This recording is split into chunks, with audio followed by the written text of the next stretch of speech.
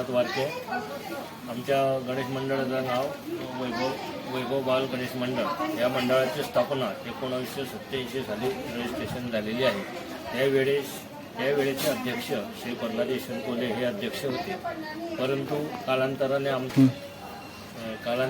आता आम्ही मोठे झाल्यामुळे किंवा आमचे झाल्यामुळे आता ह्या मुलांकडे आम्ही हे सोपवलेलं आहे सर्व गणेश मंडळाचं. तेव्हापासून आजपर्यंत 1987 सालापासून तर आजपर्यंत नियमित आमच्या वाड्यामध्ये वाडा छोटासा आहे आमचा की 25-30 घरांचा वाडा, पण तेवढ्यासही आम्ही गणेश मूर्ती स्थापन करून एकोप्याच्या सलोख्याने आमचं कार्य करत असतो. आमच्या मंडळाने आध्यात्मिक कार्यामध्ये सहभाग घेतो आणि त्या कार्यातून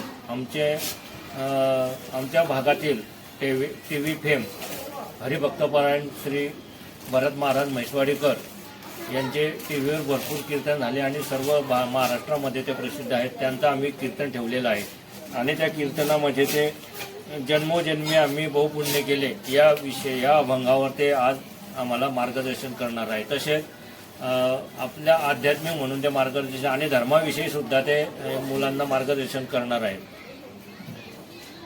हे ग्रंथ पाहून केलं पाहिजे. आमचे श्रीगुरु महाराज म्हणायचे, भाऊसाहेब महाराज वरोलीकर, तुम्ही नाव ऐकलं असेल, आळंदीला अध्यापक होते वारकरी शिक्षण संस्थेमध्ये.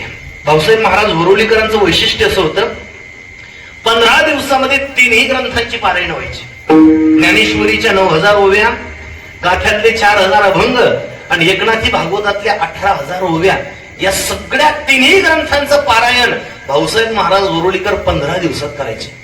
श्रीगुरु नथुसिंग बाबा नेहमी त्यांच्या संदर्भाने सांगायचे की ज्या वेळेला भाऊसाहेबांच्या खोलीमध्ये कोणी गेलं, भाऊसाहेब त्यांना वाचन करत असतानाच कायम सापडायचे.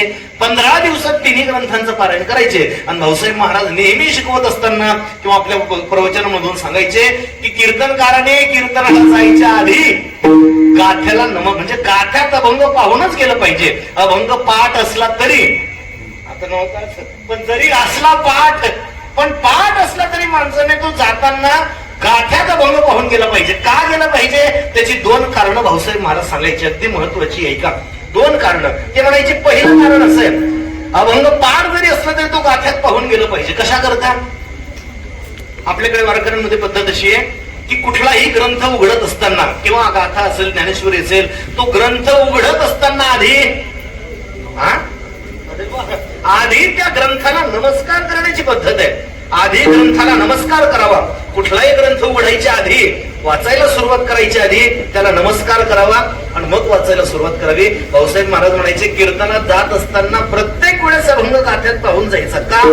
गाथ्यात तो अभंग पाहत असताना गाथा उघडावा लागतो. गाथा उघडण्याकरता हातात घ्यावा लागतो आणि ज्या वेळेला गाथा उघडतो त्यावेळेला आपण गाथ्याला नमस्कार करतो. गाथ्याला नमस्कार करणं म्हणजे साक्षात तुकोबाऱ्यांना नमस्कार करून कीर्तनाला जाणं. गाथ्याला नमस्कार म्हणजे साक्षात तुकोबाऱ्यांना नमस्कार आहे. म्हणून गाथ्यात